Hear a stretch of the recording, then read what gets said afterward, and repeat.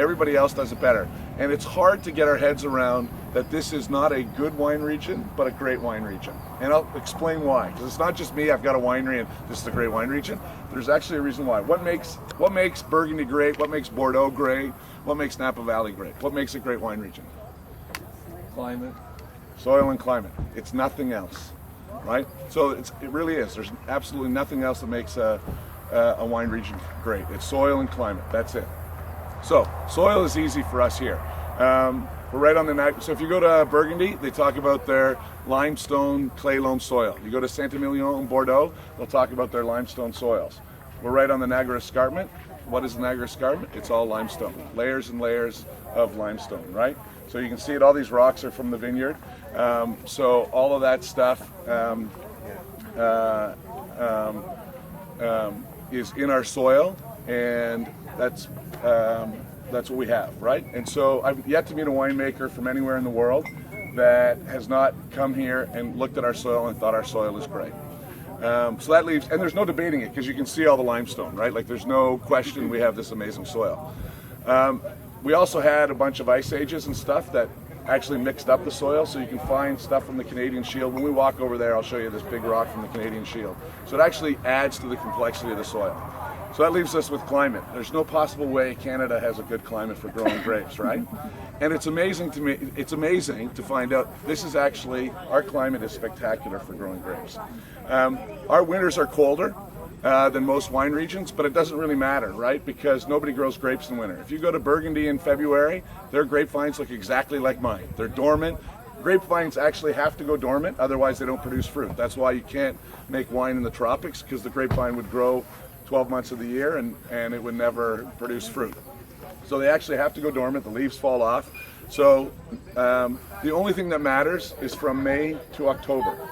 So from May to October, we're actually warmer than Burgundy, we're warmer than most of the regions in New Zealand, for sure warmer than Champagne. And that's just if you look at our average monthly temperature. They have another measure which is growing degree days, which is sunlight and heat and stuff. Our growing degree days are greater than Napa Valley. Napa Valley growing degree days is about 1,400, ours is 1,450. Doesn't mean we're warmer than Napa Valley. We're a little bit farther north, so we get more sun. But we actually have more growing degree days than Napa Valley. So you put those two things, I know it's hard to believe as Canadians, right? Like you're all sitting there, I don't know if I really believe you for sure, Ed. Everybody else is supposed to be. We're Canadians. Yeah, I know, but it's amazing, and I joke around about it as Canadians, but it's amazing to me when I travel. So I sell my wine in Finland and Denmark and Japan and stuff. It's way easy. People are, international people, they're like, I can't believe how good this is. I can't believe how cheap it is. Like, can you imagine someone from Ontario going, I can't believe how cheap an Ontario wine is? It's not in our thinking, right? Like I had a debate with a product consultant this week where, you know, we just assume that we just have this assumption that it's got to be better. When we get to $25 a bottle, you know, it's got to be better from somewhere else. So anyways, that's my little rant on why Ontario is great, but it really is. The rest of the world is learning how great this wine region is, and then once they figure it all out, Canadians then obviously will then say, well, yeah, obviously, see, we made success everywhere else, and now we're good to go. So, but I talk about that just to sort of set the stage. What we do at Flat Rock Cellars, so we do Pinot Chard Riesling. My goal is to make the best wine possible. To make a great bottle of wine isn't about doing one thing well, it's about doing a whole bunch of little things along the way as well as we possibly can. Today with Pick, Stomp, and Taste, you're going to get an idea of one of those many things that we have to do as well as we possibly can. So we're going to hand pick it. So we hand pick our entire vineyard.